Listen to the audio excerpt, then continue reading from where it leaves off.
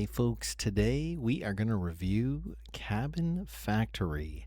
We played this for the first time last Friday, and what a mix of emotions that we had, right? I mean, the first 30 minutes, I probably sweated more in that 30 minutes than I have in a while when it comes to video games, right? It was intense. And then, you kind of get in the groove of it and it kind of feels a little better. And yeah, we're going to talk all about it. But what a trip it was last Friday. So today, we are going to do basically a complete review of it, right?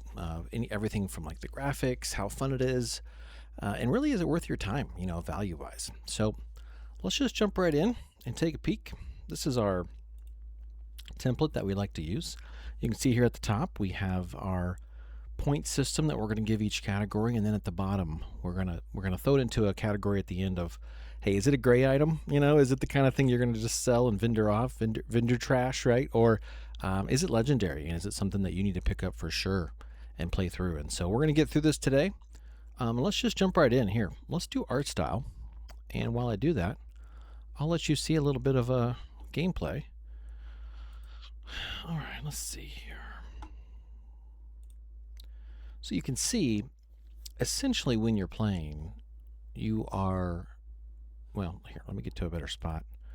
You are in a cabin. There you go, perfect. And you're walking around, and you're looking for little details of the cabin. And what you're really looking for is anything that moves. And so that really speaks to, like, everything will just sit and be scary, but it won't move. And then suddenly when it moves, it's like, oh my God, what's going on? In this case, I'm looking at a puzzle in the middle of the room, and there's something that's slowly moving on the puzzle, and I have to avoid it. You can see that little green guy's going away, actually, right there in the middle. That's just one of the examples. Otherwise, you are just walking through, you're looking through windows, you're trying to just see what's changed or what's moved around, right? So pretty neat. It's definitely about paying attention to details and being very aware of what's going on. And so that's kind of the vibe and the look of it. Let me just see if there's any other graphics that are worth our time here.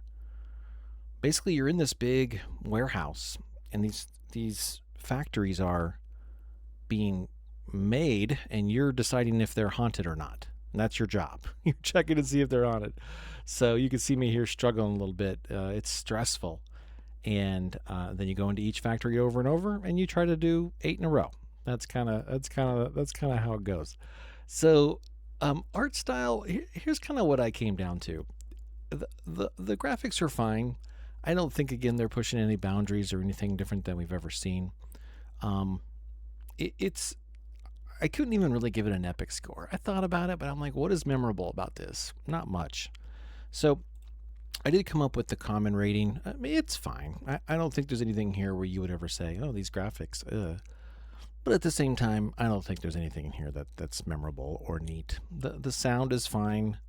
The audio, any kind of music, it was all just kind of meh. It was fine. No big deal. Fun factor. Okay. Now, fun is different to everybody, right? Fun is subjective. If you have fun being scared, you might think this game is more fun than me. Let me tell you what is fun about the game. There's a big attention to detail in the game, and I love having to figure that out. And, did something move? Is the pillow in the right spot? Did the window shift? Like all these different things. I love games like that. We did a game a couple months ago called the Exit 8, and it had the same kind of system going on. So I really enjoy these kind of games, kind of a detective feel to it, where you're really kind of analyzing things. The problem with this one is it's got like a horror element to it, so it's scary, and for some people that's fine.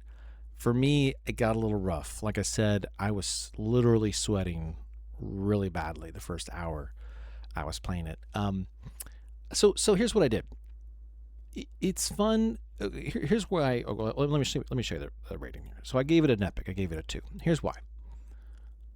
I would say that it's just cool to look through things and investigate and figure out things like that, right? But what's cool is they also give you some background to the different characters. They will there's a couple shorts and a couple pieces of audio that kind of give you a little deeper idea of what's going on, and I appreciate that. And so for that, I think it does make it more fun because you start to care about the characters a little bit. You start to wonder, like, what's going on here? And I'll give you a little hint. What you learn is this is a 4-person house, and the parents are really mean to the kids. And I'll just say the kids get back at the parents. I'll let you play this game and find out what happens. Okay, now replayability. This is a little controversial. A game like this, you have to basically, the idea is that you select the correct cabin 8 times in a row. So there's plenty of chances for you to mess that up and try to get the 8 in a row, try to get the 8 in a row. So if that's replayability to you, then maybe that's different, right? But to me, the moment I hit 8 in a row, which we did on the very first stream, which is kind of like,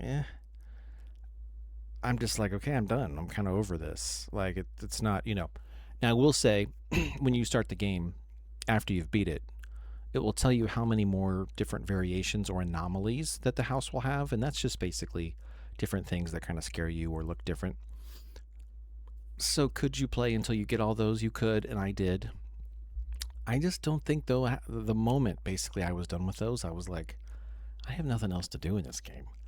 And so I think the average person, I think replayability here is a 0. And yeah, again, I got 1 session out of it, basically 1 session. And then I did a follow-up session. So I played the game 2 hours total, I think, something like that. And then I kind of felt like I was completely done with the game. So now value. Okay. So I usually break down value on cost per hours played, per kind of expectations on how much you're going to do, things of that nature. The great thing about this game is that the full normal price is only $2. So that's great, because if it goes on sale for like $1, something like that, you can pick it up. But even if it's not on sale, $2, play something for a couple hours, totally worth it. And for that reason, I actually think the value here is an epic rating. For your money, I think this is a cool setting for $2, or whatever. And then, like I said, you put it down and you never really think about it again. So today we are giving this a final score of a 5. It's a common, it's cool. I'm really glad I got it, and I'm really glad I played it one time or a couple sessions. But again, I'm not going to think really twice about it. And I'm finding that there are several games like this where, hey, do this one task 8 times in a row and see if you can figure that out. This seems to be a common thing. So it's cool. Like I said, if you have the extra bucks, pick it up, check it out. But like I said, you're not going to be playing this a long time or anything. So, hey, well, I hope this helps you maybe make a decision if you wanted to pick the game up or not. Yeah, thanks for being here. Every Friday, we play a new game until the end of the year. New game to me. And then every Thursday, I give you my review, just so that way, again, you can see what I think, and maybe it helps you out. So, all right, we'll check you in the next one.